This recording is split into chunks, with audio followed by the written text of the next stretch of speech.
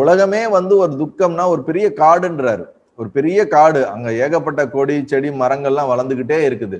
இப்போ இந்த மாதிரி இருக்கக்கூடிய ஒரு காட்டுக்குள்ள இருந்து நீ தப்பிக்கணும்னா இந்த விசாரணை மட்டும்தான் உனக்கு துணையா இருக்கும். இந்த விசாரணை என்பது நமக்கு கையில கிடைச்சிருக்க ஒரு விளக்கு மாதிரி, ஒரு எக்ஸாம்பிள் ஒரு டார்ச் லைட் மாதிரி வச்சுக்கலாம்.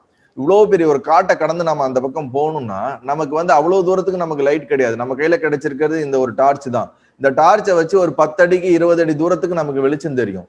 ஆனா இந்த 20 அடி தூரத்துக்கு நடந்தோம்னா அடுத்து ஒரு 20 அடி தூரத்துக்கு தெரியும், அடுத்து 20 அடி தூரத்துக்கு, இப்படியே நம்ம இந்த காட்டை கடந்து போயிடலாம். சோ நமக்கு முன்னாடி என்ன நடக்கிறது அப்படிங்கிறத தெரிஞ்சு கொள்வதற்கு, ஒரு வெளிச்சத்தை கொடுப்பதற்கு, இருட்டிலே இருந்து வெளிச்சத்தை வருவதற்கு இந்த விசாரணை என்பது மிகவும் முக்கியமான ஒரு முக்கியமான ஒரு விஷயம். எப்படி நம்ம வந்து மன அடக்கம், மன நிறைவு, சாது சங்கம், விசாரணை என்ற 4 வந்து மோட்சத்துக்கு வந்து துவாரபாலர்களா இருக்கிறார்கள் போல விசாரணை என்பது மிகவும் முக்கியமான ஒரு விஷயம். நம்மளுடைய பல ஆசைகளை பிரிச்சு பார்த்து இந்த ஆசைகள்லாம் வேணுமா வேணாமா, வாழ்க்கைக்கு இது தேவையா தேவையில்லையா, இந்த மாதிரி எல்லா விஷயத்தையும் நம்ம வந்து புரிந்து கொள்வதற்கு இந்த விசாரணை பகுத்தறிவு வந்து ரொம்ப முக்கியம். யாருக்கெல்லாம் இந்த அறிவு அதிகமாக இருக்கிறதோ, பகுத்தறிவு கூடிய இருக்கிறவங்க கண்டிப்பா சொசைட்டில வந்து ஒரு நல்ல ஒரு எஸ்டாப்ளிஷ்டா இருப்பாங்க. இப்ப இதுல அவர் சொல்றாரு ஒரு இடத்துல வசிஷ்டர், ஏழையாக இருந்தாலும் ஆனால் அவனுக்குள்ள பகுத்தறியக்கூடிய தன்மை இருந்தால் கண்டிப்பாக அவன் வாழ்க்கையில் வெற்றி பெற்றவனாக இருப்பான், பல செல்வங்களை சேர்த்தவனாக இருப்பான்னு அவர் சொல்றாரு. அப்படின்னா என்னது, நம்ம சொசைட்டில நிறைய பேர் பார்த்திருப்போம், அவங்களுக்கு படிப்பு வசதி இருக்காது, ஆனா அவங்க வந்து படிப்புக்காம இருந்திருப்பாங்க, ஆனா பெரிய பில்லியனர்ஸா இருக்கிறவங்க எல்லாம் இருக்கிறாங்க. எப்படி அவங்க அந்த மாதிரி ஆவறாங்கன்னா, அவங்களுடைய விசாரணை என்று சொல்லக்கூடிய வெளி உலகத்துல அந்த பகுத்தறிவை பயன்படுத்துறாங்க. அந்த பகுத்தறிவை பயன்படுத்துறதுனால அவங்க ஒரு பெரிய ஒரு அச்சீவ்மெண்ட்டுக்கு போறாங்க.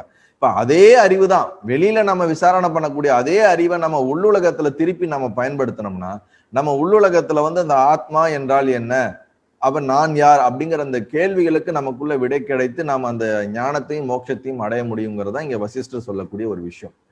அதாவது யாரெல்லாம் உயர்ந்திருக்கிறார்களோ, வாழ்க்கையில வெற்றி பெற்றிருக்கிறார்களோ அவர்கள் விசாரணையின் மூலியமாகத்தான் வெற்றி பெற்றிருக்கிறார்கள் அப்படின்னு வசிஷ்டர் இங்க ஒரு இடத்துல சொல்றாரு.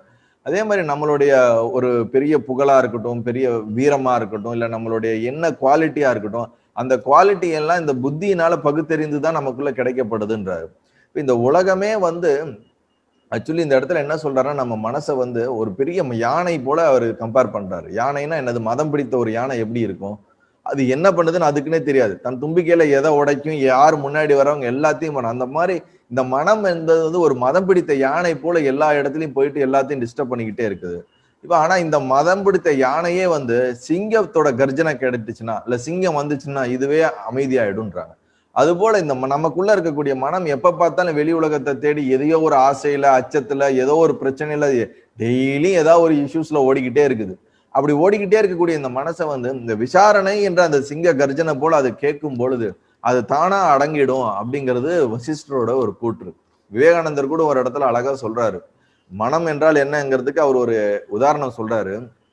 கல் குடித்த, தேல் கொட்டிய, மதம் பிடித்த குரங்கு போன்று அதோடு பேய் பிடித்தால் எப்படி இருக்கும், இது எல்லாம் ஒன்றாக சேர்ந்தால் அது எப்படி இருக்குமோ அதுதான் மனம் அப்படின்றார்.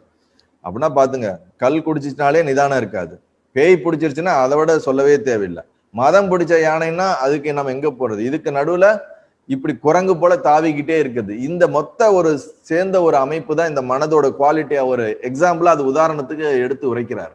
ஸோ அப்ப பாத்துங்க நம்மளுடைய மனசு எவ்வளவு ஒரு வந்து நம்மளுடைய கண்ட்ரோல் இல்லாம ஓடிக்கிட்டே இருக்கக்கூடிய ஒரு விஷயம். ஸோ இப்ப இந்த மனதை வந்து நாம வந்து ஒரு செம்மைப்படுத்துவதற்கு இந்த விசாரணை என்பது அடிப்படையான ஒன்று அப்படிங்கிறார். நல்லது.